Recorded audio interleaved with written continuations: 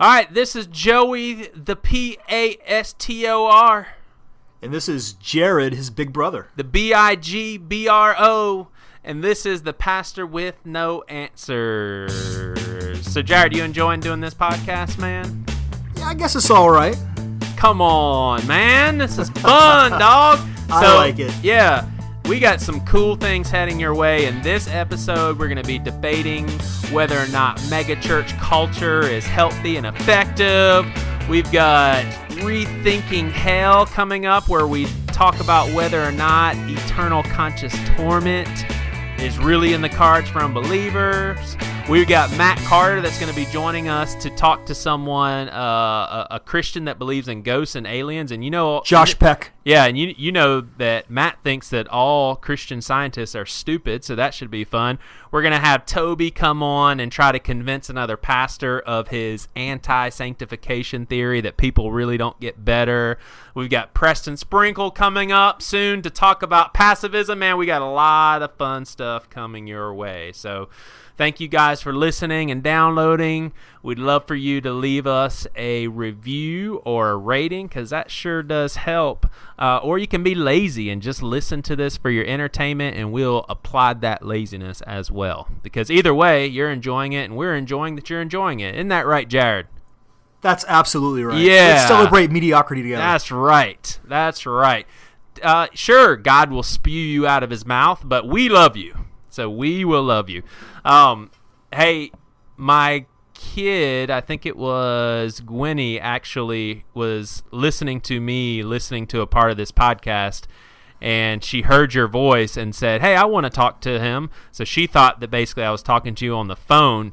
And every time stuff like that happens, man, it really, like, if you take some steps back and you start to think about the stuff that our kids will never experience, it just blows my mind, and the things they take for granted. So, for example, anytime we're actually watching a show that's not recorded or not on Netflix, and they have to endure a commercial, my youngest son, Waylon, he always thinks the show's over and I don't want to watch this crap anymore. Everybody else say, will you please fast forward this stuff? And sometimes I'm just like, hey, this is a commercial that's being live aired right now. They don't even know what I'm talking about. Like, it doesn't make any sense. That's just crazy to me, man. And also, they'll really never know standard def television. Right. Which is crazy. And also rewinding VHS tapes. Yeah. Which seriously. is, Be Kind, Rewind. Remember that from the Blockbuster? Right. I mean, that's so, like, archaic. Totally. They'll never experience that. So then you actually have the bad side of that, is that the only way that I could ever find porn would be to wait till mom and dad's at a PTA meeting and turn the TV on after 8 o'clock and just wait for the split second where all the squiggly screen stuff lines up for a second. What was I doing? I had the same thing, right? I had to sneak it from you too, man, because I figured you were just perfect. Oh my gosh. or like taking the phone, and freaking Uncle Willie's number was daggum 8880. So basically the top 3 longest dials of the circular dial thing. So if you mess up once, you have to start all over. Not to mention that the first 3 numbers was 795. So you mess up and it's like, dadgummit. Like, especially if you're trying to call very quickly.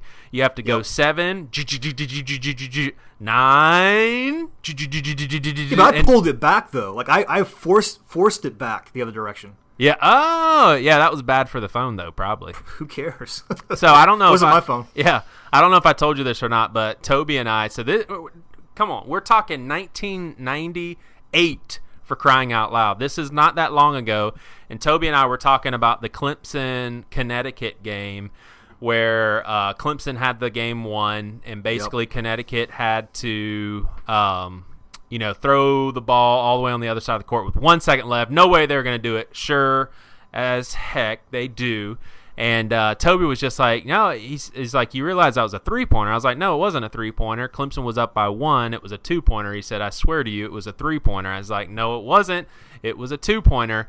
And we walked to the library and checked out the microfiche.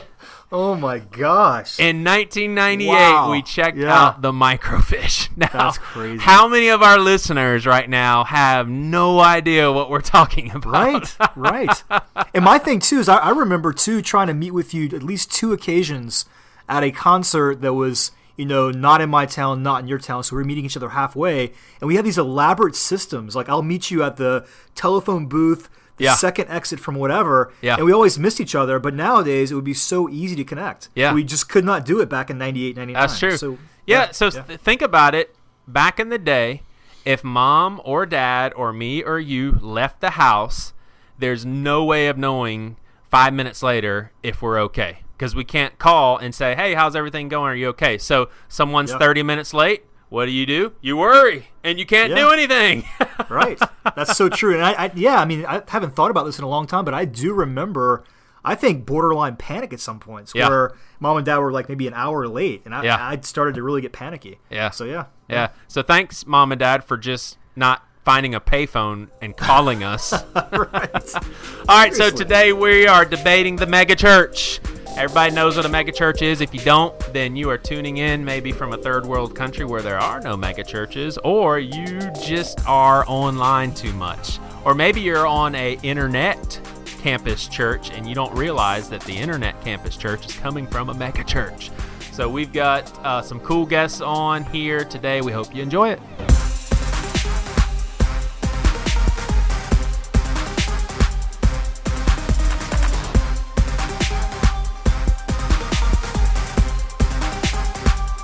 All right, so we are here with our guests. We're looking forward to this conversation. I'll go ahead and give somewhat of a brief introduction, and I'll let these guys fill in any blanks or add to it, or maybe break in and say, no, that was actually a lie. That's not true.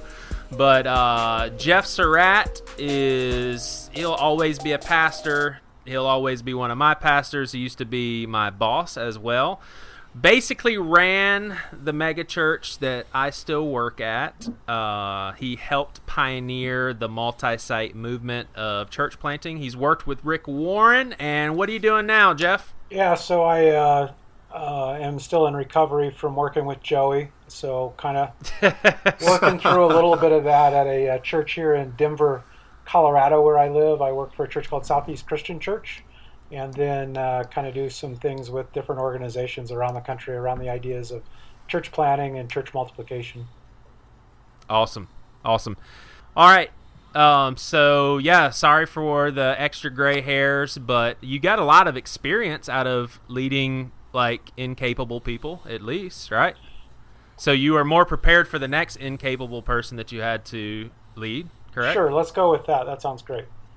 Awesome. All right, and Geoff Betker. Geoff, my brother and I, we know you as 90-pound wuss. I'm sorry, that's the only tag I have. Yeah, me too. But tell us what you've been up to. And there was also Wrath of Dead Monkeys, correct? Yeah, Raft of Dead Monkeys, like a boat. Yeah, Raft of Dead Monkeys, Suffering and the Hideous Thieves. I'm in a band now called Dry Bones, just DRYBNZ. I raise support as a urban missionary through an organization called Reliant, and they used to be called GCM, Great Commission Ministries.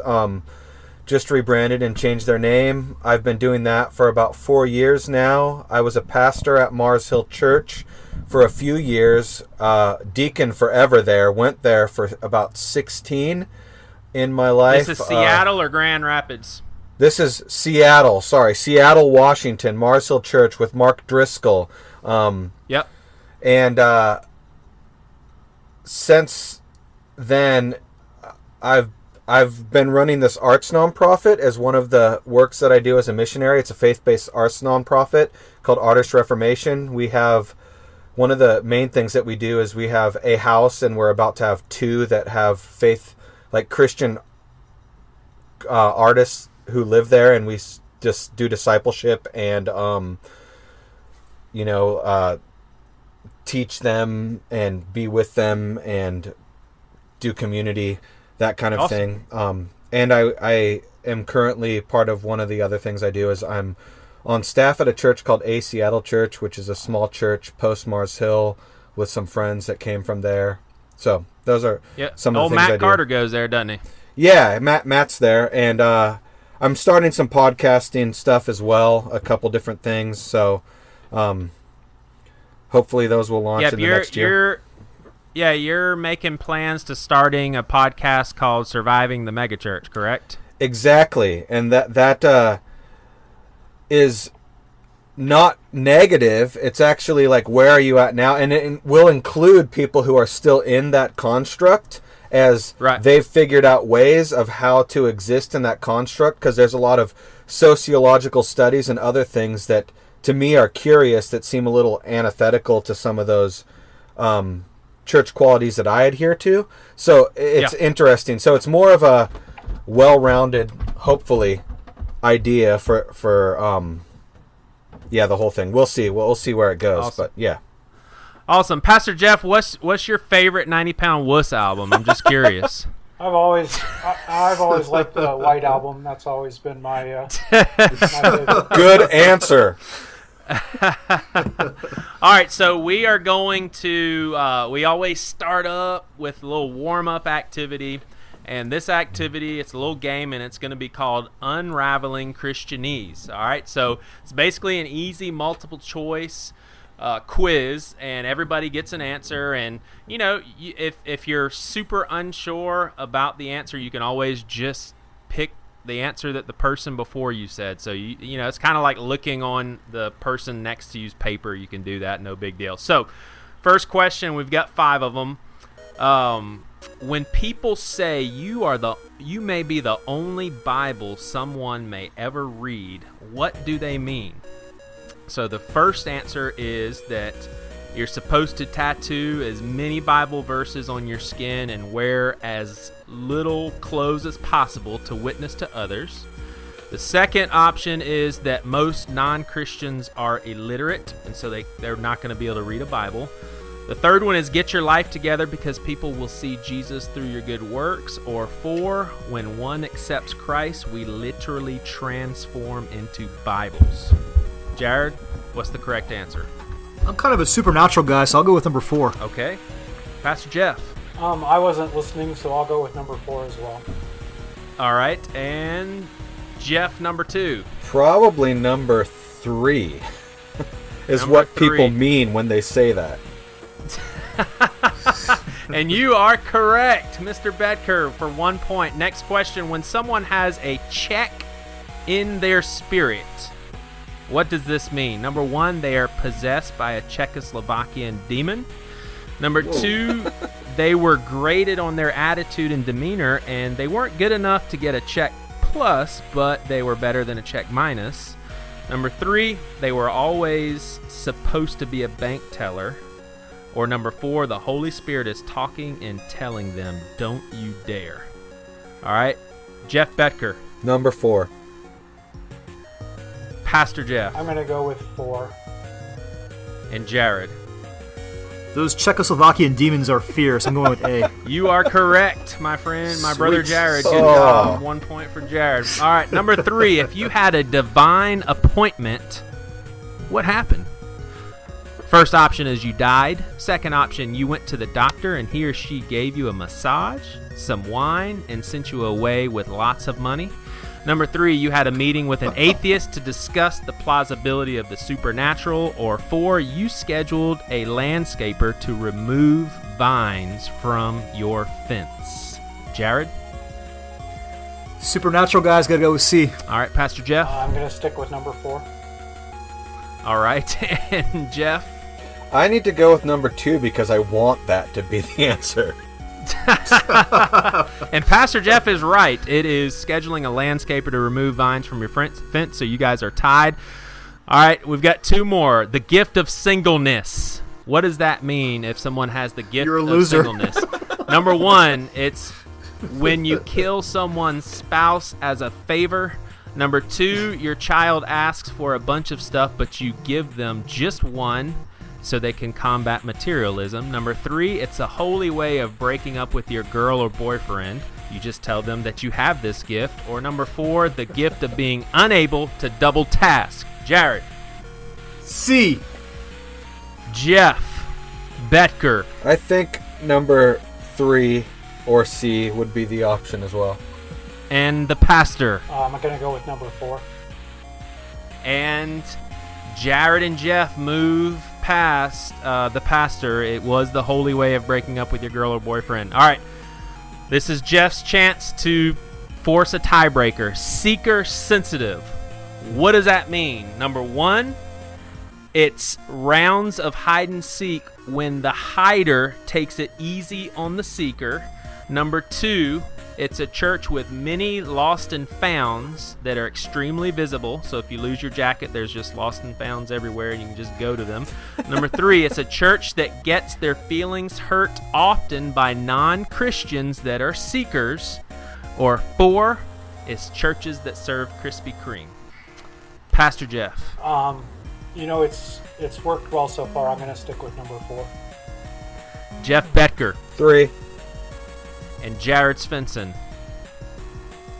I'll say 3 as well. All right. Well, the Pastor Geoff gets it, so it forces the tiebreaker, which is if you're asking God for traveling mercies, you are asking him to 1, send mercy and keep those mercies safe so that they can get to you. 2, more vacation money. 3, for God to get your parents to allow you to play mercy while you are traveling on vacation. Or 4, God would have mercy and forgive your road rage. Jared Svensson. 2. Geoff Betker. 2.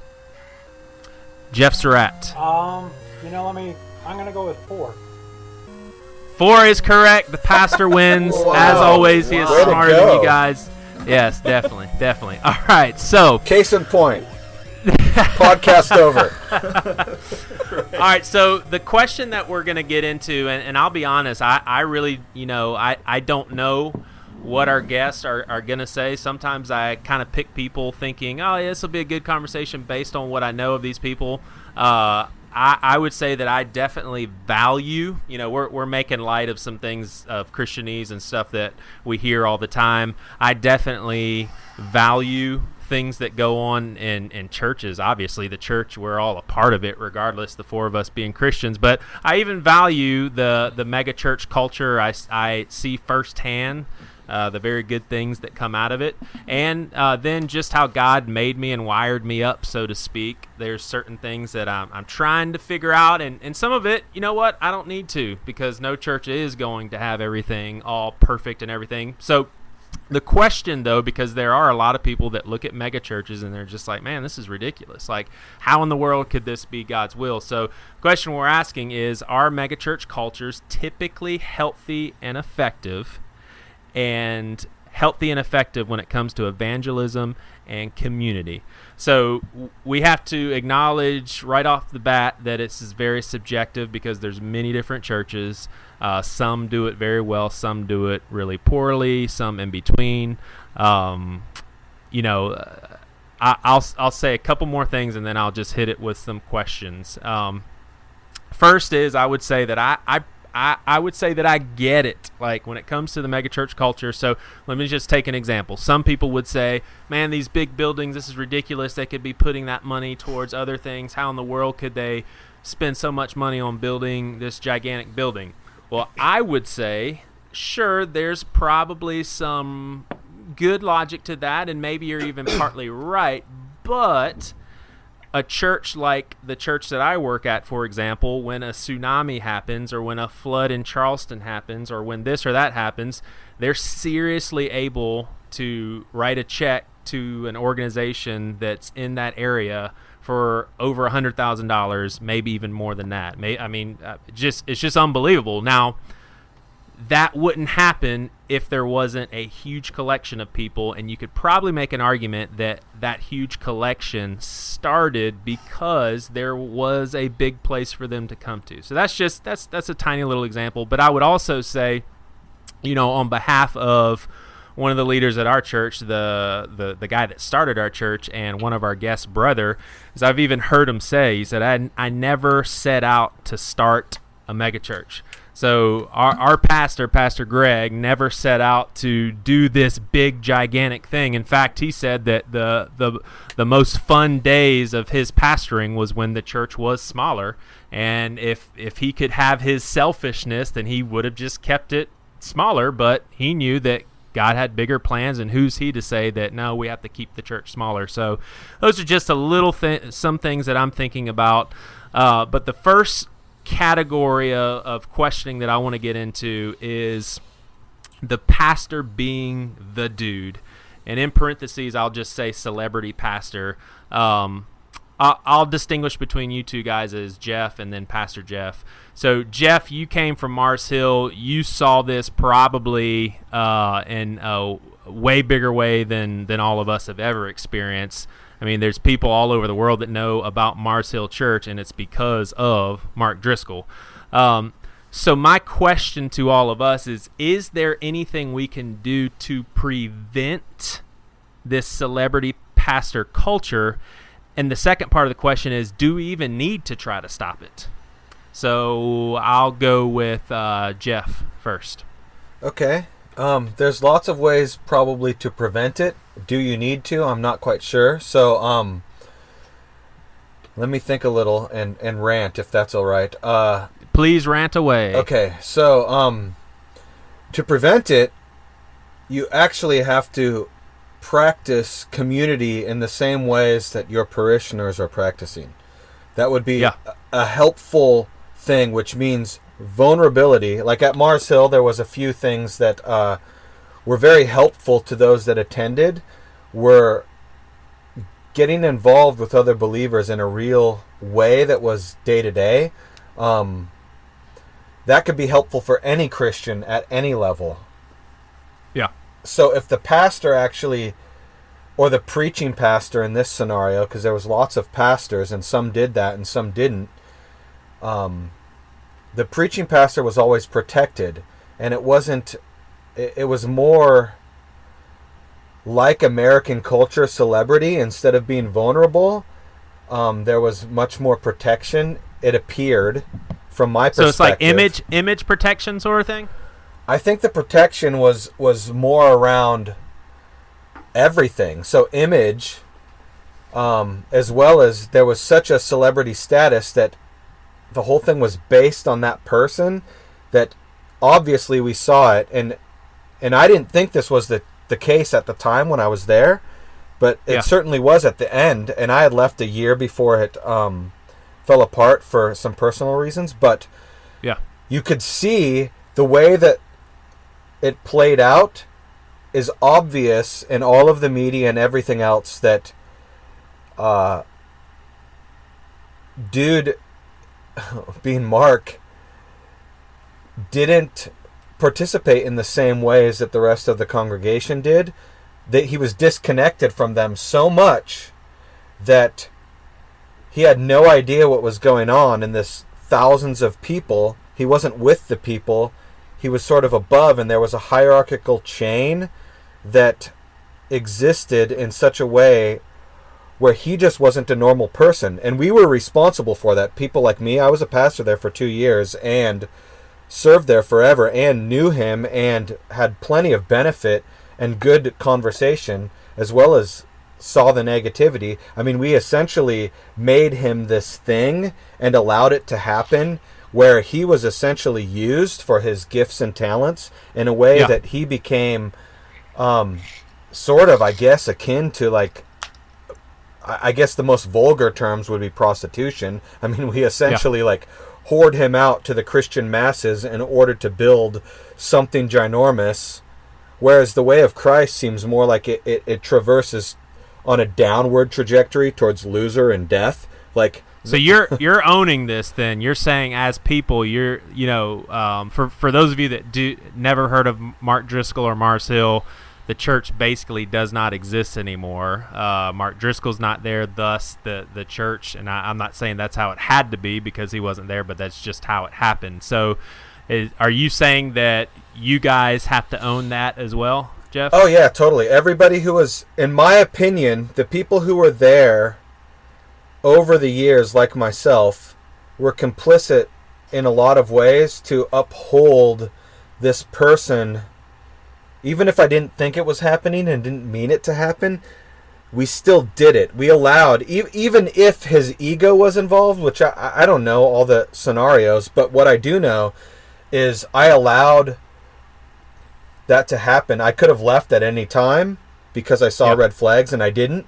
I kept looking towards the numbers and the growth and those sort of business type metrics that seem to matter to me and seem to relate to, oh, God must be doing something, when now looking back, it was a skillful person and people who were hired. Like, one person would sort of be good at one thing, and then later on somebody else would be better at it, and that person would get fired or whatever. That doesn't sound like a culture that takes care of one another and right. force and like uses trust and human solidarity and like compassion to like move someone forward. It's more like what's better for the organization, and those were the sort of things that I think made him protective, because suddenly he is the whole entire thing. Like, right. Everything revolves around his shoulders, and which is true. That's the unfortunate thing, is the whole thing, as soon as he left, it dissipated and it no longer exists. So for right, me, megachurch seems like you put a lot of pressure on the preaching pastors in such a way that they can't be real people, and so you're essentially whoring them out to the masses and doing this thing that's horrible for them, but it results in business metrics that equate to money and numbers, and it's just terrible in my opinion. So to protect from that, I say you got to build some sort of culture that's antithetical to that and more gospel-centric on an individual's life, about transparency and honesty and vulnerability, and allow them to be who they are regardless of where they're at. Just love them. Yeah, because I mean, just how Mark Driscoll was personality-wise, I don't know if there's any way the dude could preach and not become popular. I mean, the dude had such unbelievable charisma, super gifted, very insightful, funny, and all that stuff. So there's got to be something to supplement that too, which I guess what you're saying is making sure those pastors have the same sort of healthy community and openness that everybody else does. Pastor Geoff, what do you think about, you're around a lot of pastors and typically have very, very positive things to say about, I mean, almost all of them, and you're around a lot of pastors that pastor gigantic churches, and in their churches they are celebrity. I mean, is there anything that we can do to prevent this, and do we even need to? Yeah, I don't know that there's a big prevention thing that needs to be done. I think what I would say is there are guys with ego problems at every level of church I've ever been to. So I know guys that pastor churches of 200 people who feel like they're a celebrity in that environment, and they have people that, minister to every need that they might have. And I know guys that pastor churches of over 10,000 that are just the most humble people I've ever been around, and they would die if someone thought they had a special parking place or, had any special privilege. So I get what you're saying. I understand the question. I think I agree with what Geoff is saying. In individual environments, when we see that there is an unhealthy environment for the pastor, then I think, we do. If we're a leader in that church, we need to have the guts to say, hey, this doesn't seem right. But to cast a blanket across megachurch pastors and a celebrity culture, I don't see it. We all could sit here and name, what about this guy, this guy, this guy? Sure. Yeah. And then we come back and say, well, what about these other 5 guys? So I don't think it's a blanket thing that needs to be really addressed. Gotcha. Jared, you were at Bob Coy's church for a long time, and I don't know if you know much about the aftermath of all that sort of stuff, but you saw that as a extremely healthy church, probably in the same way I view Seacoast as well, correct? Yeah, and I think the magic of that is the fact that you have these campus churches. So basically, you can have tighter community within those smaller campuses. Yeah. So yeah, I would say it was healthy for sure. Yeah. Okay. All right. So we had a very respected, very successful pastor with a very large church came and spoke to our staff in recent years, and was awesome, very helpful and everything. And he definitely said that most of he would attribute to his success as a church, and obviously success to him means more people and people's lives changing and all that stuff. But basically the tools that he has to accomplish this has basically come more from his business smarts and business education than anything else. Jared, when you hear a pastor say that, is that okay with you? Does that rub you the wrong way, or see no problem with it? I think that if it's purely a leadership type skill set, then I have no problem with that. But if you're equating the gospel with dollars and cents, then I have a big problem with that. How do you distinguish the two? Well, I don't think leadership necessarily equates directly to dollars and cents. It's leading people. So you can have very successful leadership without a focus or a drive to make money. Well, what if so it's about priorities, well, I would say. Are you an effective leader if your church is sitting at 50 people and 3 years later it's sitting at 55 people? Are you an effective leader? Yeah. You could be a very effective leader, but you could be a very bad steward of the gospel. So I don't know. I think it's apples and oranges. Do you think there's a chance that someone could be a very effective leader and their church just isn't growing? Yeah, I mean, I think so, but I think that also there's a lot of other variables and factors at play. I don't think it's just leadership. So, yeah. Well, Pastor Geoff, what do you think about seeing the church as a business? Because I've heard a lot of people say along the lines of the church is not a business, man. This is a ministry, and I get that, but we certainly have to do a lot of things that businesses do. Yeah, I think as long as churches are willing to stop collecting money and stop paying bills to anyone, and stop paying anyone to be on staff, then I don't think it has any business principles at all. But as soon as you rent something or buy something or hire somebody, all of a sudden, whether you like it or not, you're running a small business. But are you after making money or not? I mean, is your sole intent to make money or a profit? And that's what I would say, that a business outside of the church, their sole goal is to make a profit. But in a church, you're running a small business, but your number one goal is not to make a profit. No, it's not. Maybe. But as Tom's shoes, is their number one goal to make a profit, or is their number one goal to provide shoes to kids in Africa? I have no idea, but they do. Right. They do both really effectively. I think we're probably closer to all four agreeing on this than we would think.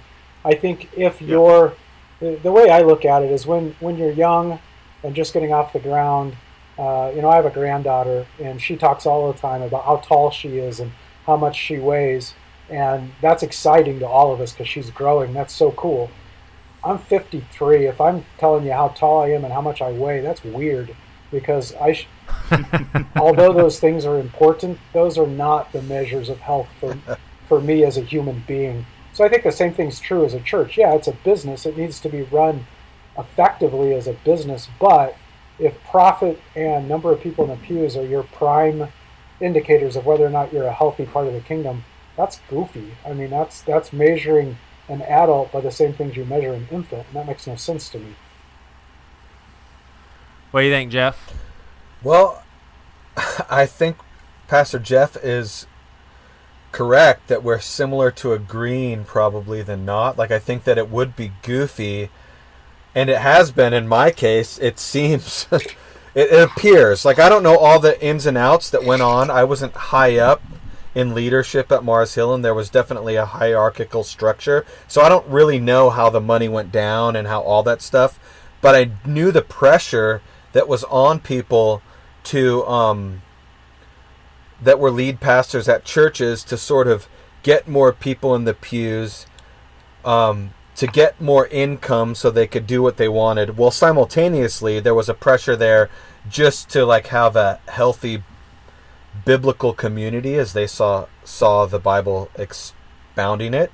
So I definitely think if you have a business metrics for church It's way off base. It's not the primary objective, because you can have church without any of that stuff. You don't have to be a 501c3 or a business at all. You could be a gathering of believers that congregates regularly and sings some songs and takes some communion and baptizes new people and does the sacraments and proclaims the glory of God revealed in Christ regularly, whatever that rhythm might be for you. And that's a healthy thing for any Christian to be a part of, whatever that rhythm and whatever that look might be. That is more practices that come with our uniqueness as creatures who are adopted into the kingdom of the living God by the living God. So to make it a business and focus your metrics on that, I think is horribly off base. I think success could be simply the person who's faithful to 3 people for the rest of their lives, if that's what God has for them. Yeah. Now, I would assume that some things would grow and some people would be affected in that community of 3, but I don't want to play God here. So the hard thing is, like, I don't want to demonize megachurch too much, while at the same time I have sociological studies and proclivities in myself towards being antithetical towards that. Yeah. I like Dunbar's numbers, for instance, says that any organization over, I don't remember the exact number, it's between 120 and 200, that any organization that exists out above that number starts to need hierarchical structures and a removal of knowing the person. And it seems to me that the ways of Jesus are about knowing. They're about loving, and you need to know those that you love, and you need to be present. And so there's this thing about loving your neighbors. Like, how literally do we take that? Do we take that as our neighborhood, like where God has placed us in this time and location to love those people? Do we take it as our city? Like, what do we resonate with, and what does that mean to us? Because if we're too busy just doing church stuff, suddenly we're not necessarily doing that thing that he's called us to, unless maybe we are, but I don't really know. Like, I'm pretty confused on those issues. To me, it seems to resonate more with locality and, say, parish, like the neighborhood you live in, like small congregants of Christians that live in that neighborhood gathering to bless that neighborhood. To me, that's a real practical, easy way to live it out. So you don't need to have a business with that. You just need to do it because you want to. Right. Now, I agree with a lot of what you're saying, but so let's apply that to what you experienced. So, Mars Hill was obviously very effective. It was growing. So in order to keep up with the growth, they needed to hire more people. They needed more locations to put people. So would you say that what they should have done is said, okay, I know our pastor is very gifted. I know a lot of people are giving their hearts to the Lord, as a result of the Holy Spirit using him. I know all this good stuff's happening, but we got to keep it small. We've got to split up different locations. And I'm asking that as a legitimate question. I sometimes wonder if that's the direction we should head. But in Mars Hill case, it seems like a lot of good stuff that happened would not have happened if there was this effort to keep things smaller. Well, in answer to that, it's early on at Mars Hill, they actually tried to allocate 3 different locations with 3 different lead pastors, and Driscoll's kept growing. The other ones didn't. So I was a part of one of those that wasn't growing. And we were actually doing this ministry to the city. At it, there was an all-ages music venue that I ran called The Paradox that was essentially an all-ages music club all week, and then it was church on Sundays. And a guy named Leif Moy, who was one of the founders of Mars Hill, along with Mark, he was the preaching pastor at that. So it was an experiment for a year. We had consistently the same people serving, and loving the same people in that neighborhood, in that community. And what had happened was, after a year of experimenting, Driscoll's had continued to grow to a point where there was necessity to make a change. And the necessity they deemed fit was to stop what we were doing. And it was a good time to stop what they were doing, because there's a long history in Seattle of all ages music and complications.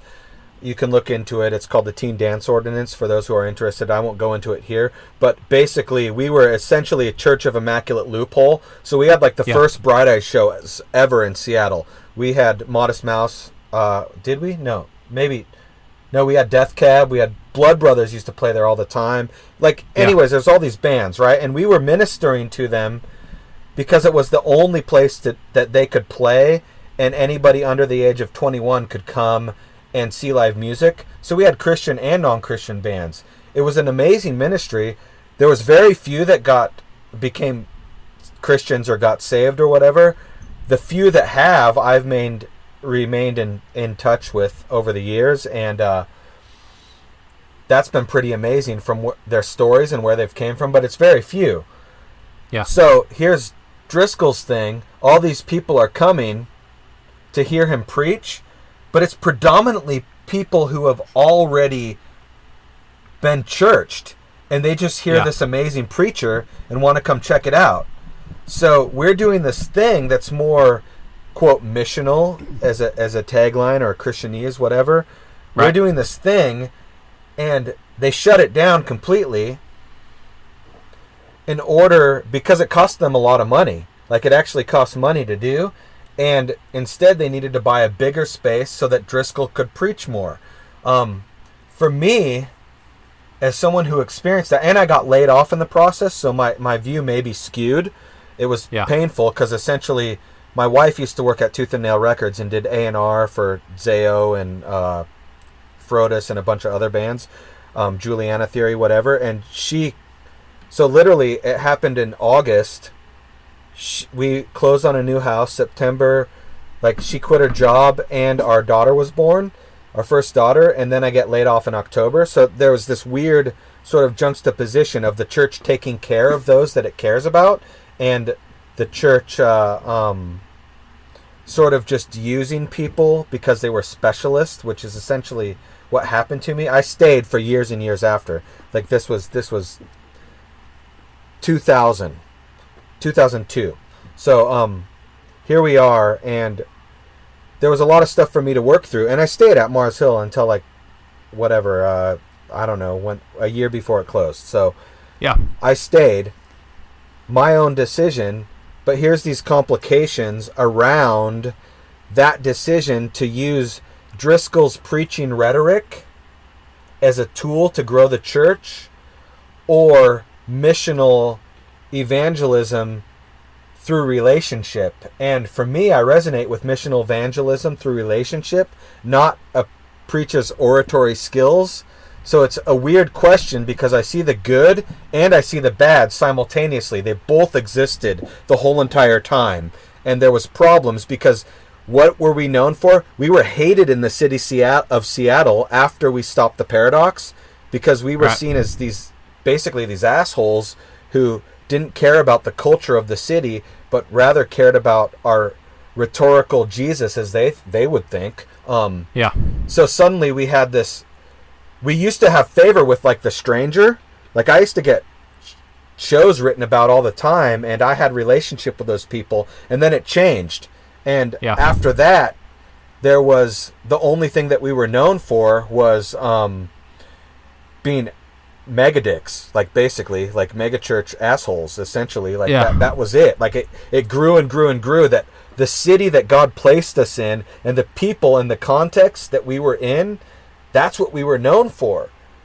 And I was in the music scene for so long, even before that and after that, that there's sort of a nuanced perspective when I'm speaking about it, but I want to be grace-centered here. Like God has a bigger plan, and he knows all this shit, and he can deal with it properly. So, let me ask you this. Let me ask you this. It sounds like you're saying that sure, Mars Hill was growing, but it was growing with a lot of Christians, which that's good. They found some community that they belong in, but it's not like there's a lot of souls being saved. And at the same breath, they're getting a bad reputation in Seattle. So you're saying that, okay, we're growing, but we're growing with a bunch of Christians and being a stench to the city is kind of how you see it? Yes. Well, simultaneously, there were people that came to know Christ in that scenario. And I think we exploited those stories as much as possible to like hold some sort of dignity and worth for the cognitive dissonance that was happening within the entire organization.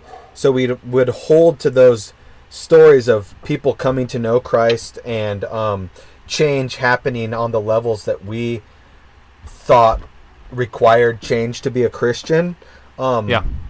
And now, like, there's sort of that bottom falling out and questioning it all. And I definitely resonate more with neighborhood, local centricity, and smaller, not bigger. But I don't want to demonize the fact that other people are wired differently. And even in that context, I think it could have gone totally differently. It just didn't. Gotcha. All right. Well, let me ask this. It seems as if with a lot of the churches that are growing and successful, and being able to minister to the city, a lot of them, they have buildings that they need to pay for. People that they need to pay. I mean, I'm one of them. I'm very blessed to have this job. Lots of staff, lots of things going on, and this could kind of be a naive tie-in for me. But one thing that I always have a hard time with is once churches get to that point. And again, I'm benefiting from a very productive, fruitful church.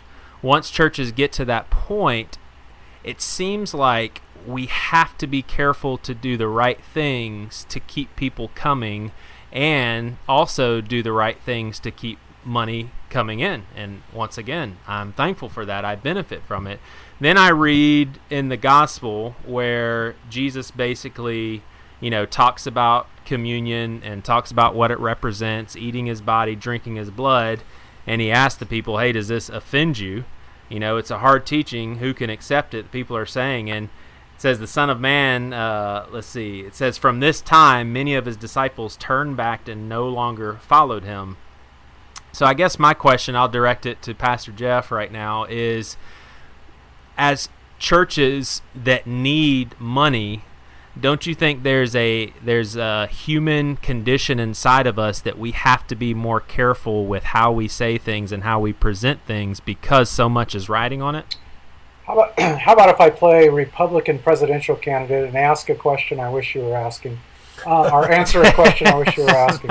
So, yeah, obviously, churches that have huge mortgages have to pay bills, and that puts pressure on the message. Here's what I'm kind of fascinated with. Let's stay in Seattle. There's another church in Seattle that has put out a pretty controversial stance. We don't need to get into that at all. Right. But what's fascinating is they are working on creating a model of church that disconnects their financial stream from their attenders. So kind of a for-profit business piece. And they're doing that because, when they made this controversial stand, they lost a ton of people, which meant they had to lay people off and do all these types of things.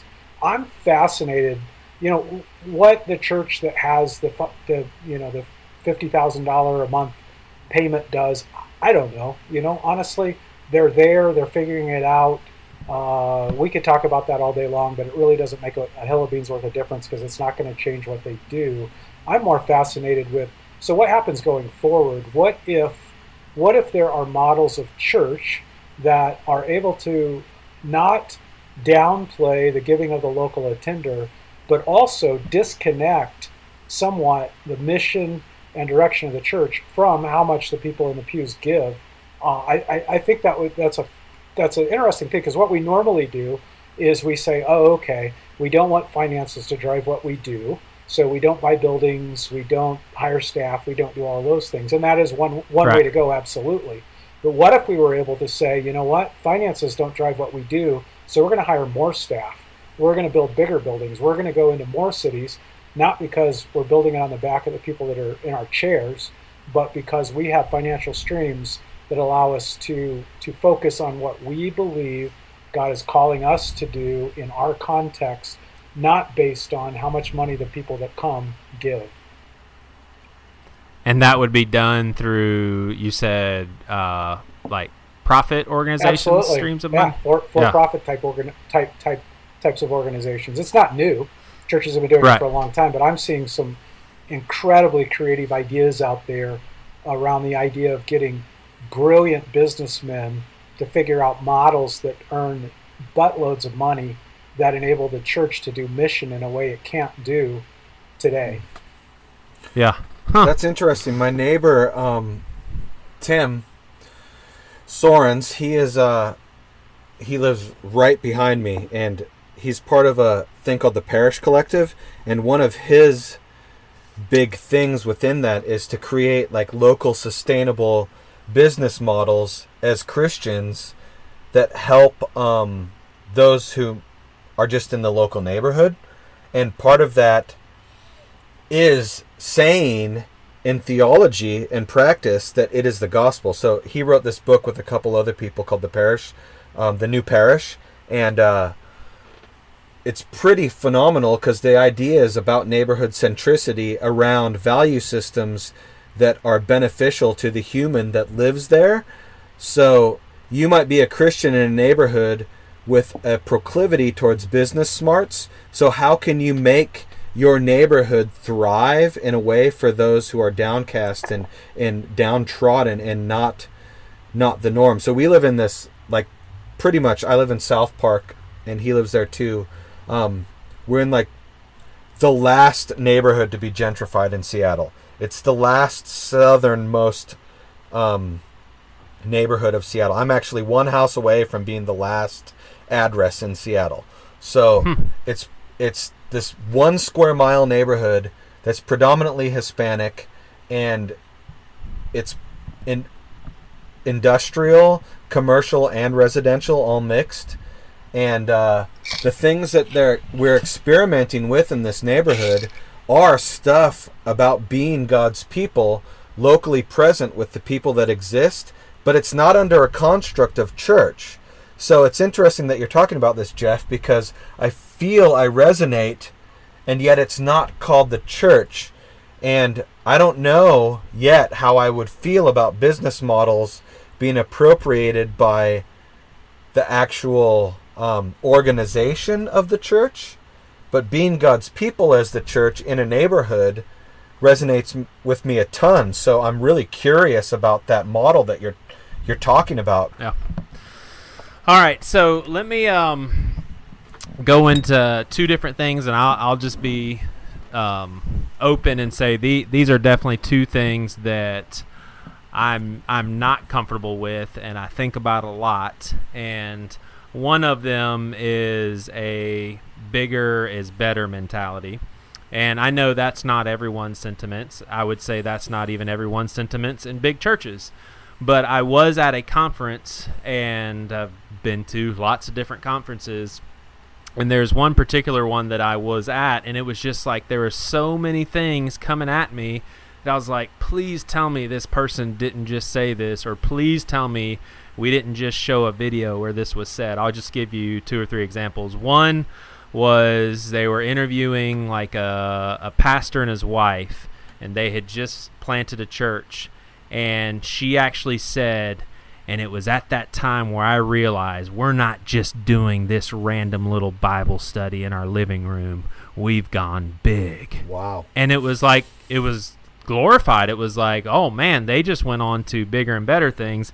Another one, and this person, if I said the name, every single one of you would know who it is. Big time, super effective minister. This person said that they were doing ministry on their living room floor for years and years and years until finally God opened this person's eyes and showed them it was their pride that God wanted to destroy before they could move on from to a bigger room where they weren't in the living room doing their prayer services and stuff there. So those are two examples just right there of how little seems to really suck and not be that good of a thing. And then just the general feel of a lot of the speakers were, hey guys, you got to be patient with the small. You have to be faithful with the small. You know, the Bible says, hey, be faithful in the smaller things. God will bless you with bigger things. Basically telling no, they weren't saying this, but if you're sitting in the seat as a pastor of a church of 50 people, it would be hard not to pick up the message of, man, I've got to get bigger, and that's where God's blessing is. So I can definitely see when God is blessing me, because that's when things will grow. Or, man, if I'm still doing church in my living room, what's wrong with my life? What's the sin that God needs to open my eyes to? Does that rub anybody the wrong way, just those handful of examples? Yes. Jared? Yeah, I guess it rubs me the wrong way too. Pastor Geoff? Probably not as much as it probably should. I struggle with a little bit on the other side, honestly. I mean, I get it. Yeah, making people feel bad because their thing isn't big is not nice, and it's not a good thing to do. On the other hand, I get kind of tired of us thinking bad. We do the opposite. That right. Big is bad. And, Andy Stanley should be happy if he still was hosting a home group at his house, even though God gave him these incredible communication gifts that have transformed churches all over America. He should have been satisfied to have a home Bible study with he and his wife and two friends. I see both sides, but I think that there are people with incredible gifts that I think of a Moses. Moses should have been perfectly content for the rest of his life to watch sheep on the backside of the desert, and he would have been, except God had this mega church of millions for him to lead in a desert for 40 years. And if Moses were at a congregation, would he be more holy had he said, gosh, the best part of ministry is leading sheep in a desert all by yourself? Because no. I mean, he had to do what God called him to do. I know I'm rambling, but I get the big is better, but I also get frustrated with big is bad. Right. Yeah, and I don't think big is bad. I think big is bad when big devalues the small, and I think most of the times they don't even know that they're doing it, but it's just the feel of what's, like, for example, you go to a conference, and I'll use Catalyst because I haven't been to Catalyst in 6 or 7 years, so but they don't typically have effective pastors of a smaller church. So it seems like we're all learning from the guys that did it right, which would be the guys that have the bigger churches, and it just kind of seems like, gosh, okay. Well, is there, and I'd be fascinated with this because I know exactly what you're saying. I hear it when I led Exponential. I heard, you don't have the little guys on stage, and I get that. Yeah. I would love to hear. Tell me about organizations that do that. Tell me about organizations that the ones they platform are the smallest, the ones with the smallest reach, the fewest, the least amount of money, the nonprofit that impacts the smallest village. I would love to hear the organization that's who they platform, are the leaders in their particular flow that are reaching the least number of people, bringing in the least amount of dollars, having the smallest reach.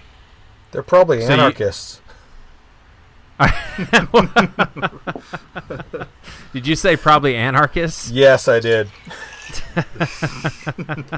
No, I mean, I see what you're saying. I think that's a point well made. But how refreshing would it be, though, for a big conference like that to have your Andy Stanley, then your Joyce Meyer, and then your Doug Phillips that actually took a big step of faith and just started a house church in his house, and it's now at 25 people, but those 25 people are all taking care of each other financially. They're reaching out. They've partnered up with a nonprofit organization, and then that conference can say, you see, there's all sorts of ways of doing stuff. And you know what I just described, for all I know, big conferences have already done it. I don't know. I've just never seen it, and that would be, I think, really cool. So would a Neil Cole count? Who's that? Neil Cole started a house church movement out in California in Long Beach, and now there are house churches across the country, and he wrote The Organic Church, and he's been featured at all kinds of conferences all over the country, but not because he leads a individual house church, but because he leads a house church movement, and it's because he has lots of them, and they're all about 20 or 25 people. Yeah, I mean, I would say if it was for practical purpose, as far as, I'll keep using Catalyst because I don't really know a whole lot of big conferences, but let's say Catalyst found out about this guy because it was so big and widespread and successful, then sure, that makes sense that it's that guy. But what if Catalyst knew of a guy who had just started that and may not have seen the fruit? Do you think that would be helpful to have that guy on stage if he's doing things right and it seems that God's hand's in it, for him to teach people? Sure. Yeah. All right. There's this conference out here called Inhabit that happens every year, and it's part of the Parish Collective that I was telling you about that Tim Sorens, my neighbor, does. It's at the Seattle School of Psychology and Theology, and you got your Shane Claiborne's, and Rob Bell's even spoken there, and some other people. And then you have all these local folks that nobody knows of that have these interesting things to say, that they're just sort of, it's more around that neighborhood-centric mentality and that localization of gospel, like living out daily. So that's what the whole experience is about. So you might have your large, you know who they are people, and then all these small people, and it's pretty interesting. That's an example for what you're saying that I would say does that. I've been a couple times, but yeah. Yeah. Awesome. And here's a question out of ignorance too. I mean, how much of this conversation is because we live in America? This is a purely cultural context type of thing. Yes, all of it. Okay. Now, that's kind of what I was thinking. And would you say that makes it okay, or that's just why? I don't think we have a very big understanding of Middle Eastern culture, particularly where the Bible came from. It had none of the similar concerns that we have about big or small. There was something more universal in God and his abilities and who he is as a character than we even understand. So, and I'm a white middle class guy, so I'm saying this like completely contrived from my perspective in general. So it's kind of messed up, but yeah, that's what I think. But it does seem that a lot of our notions of success are, Western capitalism. Totally. It does. Yeah. All right, a couple more things. When we try to pull off a seeker-friendly sort of thing, and I personally have no problem with the terminology seeker-friendly. I think we probably should be pretty darn friendly to the seekers, and if that means saying things in a way they can understand and being funny at the same time and making them feel welcomed and special and all that stuff is a big win for me. The thing that I get mixed up sometimes when I'm thinking this through, though, is when we have an atmosphere where we, like for example, our church uses the terminology VIP, and that would be where a first person would go to get information and all that sort of thing. And, then that person comes in, and for some churches, I've seen some larger churches in other states where there's an actual Starbucks inside, and, wow. There's just different things going on inside that's very, very cool, very awesome. And so that person's an unbeliever. Now, I think the Christian would say, well, yeah, we're trying to make this place inviting. We want them to come back because at the end of the day, we want them to know Jesus. And the only thing that I'm struggling with is, have we muddied the waters so much between them first getting there and all the things that they've seen between that and then Jesus? Because Jesus, we obviously see following him requires a lot of, sacrificial stuff, is very difficult and all that sort of thing. Did we set this person up to see Christianity as more of a consumeristic thing in the first place? I would say yes. I mean, it seems to me that if you're really seeking a heartfelt, sincere seeking of God, those things would not matter at all.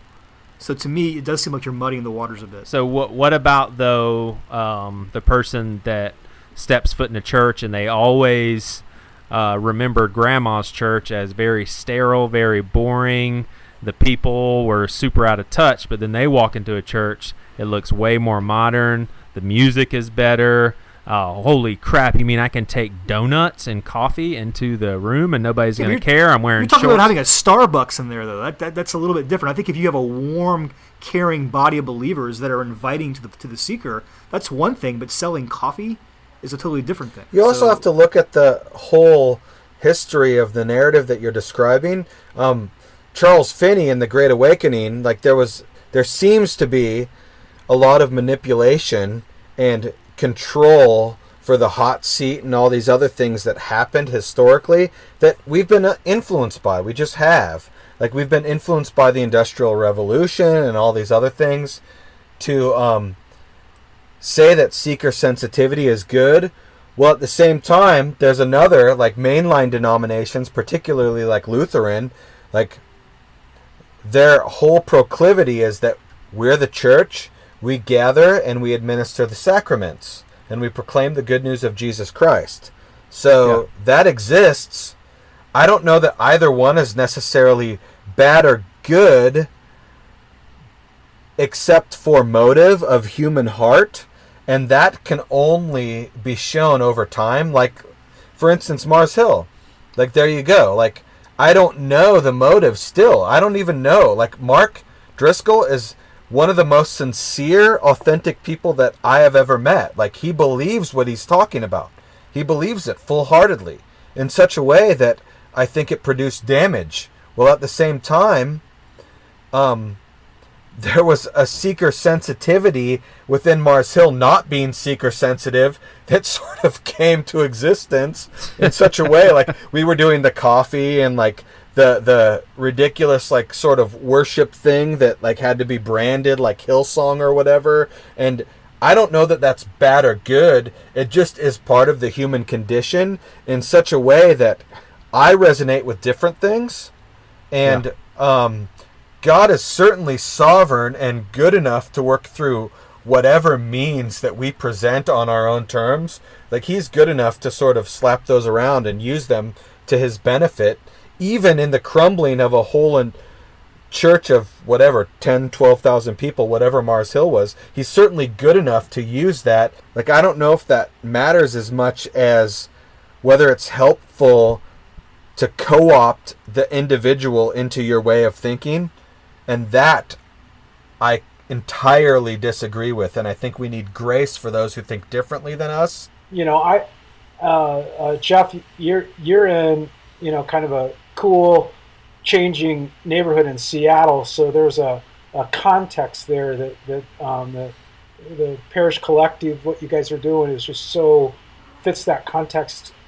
I'm in the, I'm sitting in one of the 10 richest counties in America right now. And so our context is so wildly different than a neighborhood in Seattle. So maybe a church should have a Starbucks in the lobby because the context is so different. I do agree 100%, though, that we get so caught up in making it comfortable that we can lose the edge. I love, and I know maybe this is out of style a little bit, but one of the guys I've followed forever is Rick Warren, and Rick says the discipleship journey is from come and see to come and die. And so Jesus, when he meets Peter, what does he do? He says, hey, throw your net on the other side. Peter catches all these fish. To a fisherman, that is so much better than Starbucks. I mean, that is like the coolest thing he's ever seen. I will follow this guy because he can make lattes out of nothing. That is awesome. Yeah. Mm-hmm. And then Peter at the end is stretched out on a cross and dies for Jesus. I just think we have to be careful. That's pretty cool. We have to be so careful that we don't let the come and see be the whole story. We have to move. It's not a bait and switch. It's as you get deeper and deeper, your eyes are open more and more to, oh my gosh, it has nothing to do with free Starbucks in the lobby. It has everything to do with sacrificing my entire life for the gospel. Yeah. Amen. I know you're studying and actually writing a book on millennials. Like, do you see a lot of people's beef with contemporary church being some of the things we're talking about as far as the consumerism, the big lights, the Starbucks, the bigger is better and all that sort of thing? Is that rubbing that generation the wrong way? Yeah, I mean, you hear it all the time, Joey. I mean, you're more plugged in than I am on that whole thing. You know what I think is interesting, though, is seeker sensitive is just, it's changing what it looks like, but it's still there. You know, we don't like the lights or the drama or whatever it is. We like instead, and it's, we got one of our churches here in town has a tattoo wall. It's a picture of everybody's tattoo. Why is it there? So that seekers, when they walk in, will go, oh, these people are cool like me. Right. Totally. Yeah. So if you really want to be non-seeker sensitive, then just go back a decade ago, do everything they did, and do it from then on. Yep. Or maybe go back to the 1500s. Yeah. Like do some liturgy, a homily, drink some wine, eat some bread, baptize people. Very simple. Like there's a whole thread in that's rather interesting too. It's funny that you're talking about the seeker sensitivity when that's not necessarily our job. Like that's sort of what we do on day to day, like relating to people. Like when we relate to people, we can be curious about who they are and where they come from and what they're about. That's seeker sensitive, but we don't need to necessarily do that in a gathering of Christians. We should do our thing. Like, what is our thing? To be reminded of the grace of God in Christ. Whether you do that through exegetical sermon or homily or art, I don't know. Like, it's all over the place. Like, the grace of God revealed in the person and work of Jesus Christ that's the duty of the church. Like, as a whole, not to have kick-ass business metrics or a large ministry or a small ministry. Like, that's it. So you can be an effective pastoral type person without a title or without position, because all you're doing is meeting with people and reminding them of the grace of God revealed in Christ and inspiring them towards that sort of freedom in their life. Like that has nothing to do with institutional church. Like that's something outside of the constructs of what we perceive in our Western culture as being large, good, bad. Like there's something different about the kingdom of God that doesn't exist in the constructs of capitalism or of large or small. Like, it's the kingdom of God. It's something other. It's just other. Yeah. But I think God can work through this capitalist Western context. Totally, he can. And he does work yes, through he it. does. I agree, 100%. I'm not demonizing it just because I resonate with different things. I don't want to demonize it or say that my way's better, because that just puts me in the same category that I was formerly in as a pendulum swing or something, right? Like that's not the truth. The truth of God revealed in Christ is something antithetical to anything that we know, and we know bits and pieces of it, and it has much more to do with compassion and love and forgiveness and reconciliation and restoration than it does with largeness or smallness. Well, couldn't you then take Paul's analogy with the body of Christ having different body parts and apply that to the church? Yeah, I think so. For sure. So there's churches that serve a certain role. So you have the small, localized, neighborhood-centric church, and then you have the larger mega church. serving different roles, but serving different roles effectively through the power of Christ. Yeah, I'd say the only thing with that, though, is not to make that something to where you can't call BS on something the smaller church is doing or a larger church by just saying, well, different strokes for different folks. At some point, we have to be objective and say, wait a second, that house church, that's just messed up. Or wait a second, that large church, that's just messed up. But I would say I agree with what you're saying. I think that there's definitely different churches, different sizes for different people.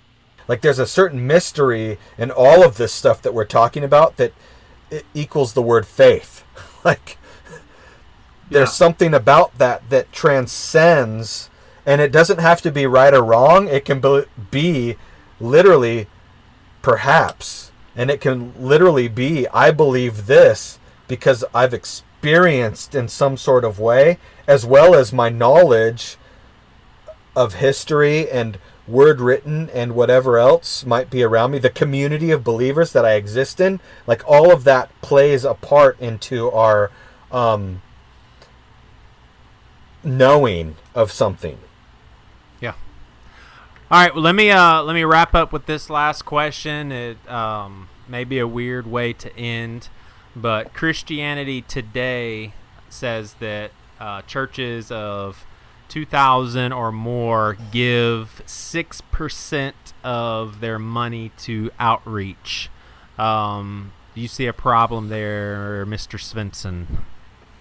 I don't think I understand the question fully. You're saying that people who belong to churches that are that large, now is that 6% less than people who attend smaller churches? I'm saying take all the tithe that a church collects over the course of a year, and 6% of that is used by the church for outreach. So in other words, 94% of it is going towards paying people like me, renting buildings, buying buildings, children's ministry materials, sound systems, the coffee, the welcome guides and all that stuff. To an outside observer who's never had any kind of leadership position in a church, that to me seems weird and off. The Geoffs? Pastor Geoff, go ahead. Yeah, if you take that at face value, I haven't read the article. That's nuts. I'm not familiar with churches that don't give at least 10% to some sort of outreach, but if Christianity Today says it, obviously it has to be true. Oh yeah, they're definitely smart. And since it's true, no, that's awful. All right, Mr. 90-pound wuss, what do you think? I would agree with Pastor Geoff on this that it seems pretty awful, and yet I don't know all that it's referencing and how that plays out. But in general, it seems awful. Well, I'm cool with you guys not liking that. Just don't decrease my salary. And that's all I'll say about that. Just do not pay me less.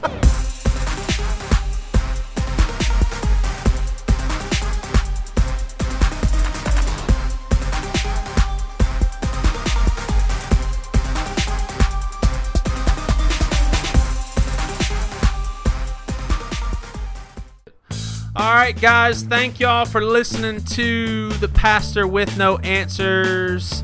We thank you. We appreciate it. We really do enjoy doing this thing. And if you want to follow us on Twitter, it's PWNAPOD.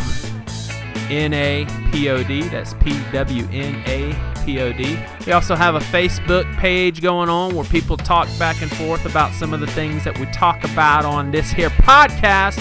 That's at facebook.com/BC Pastor. Thank you guys.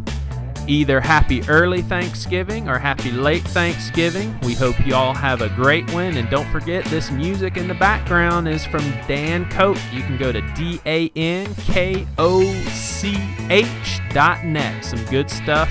We love us some Dan. You guys have a good one.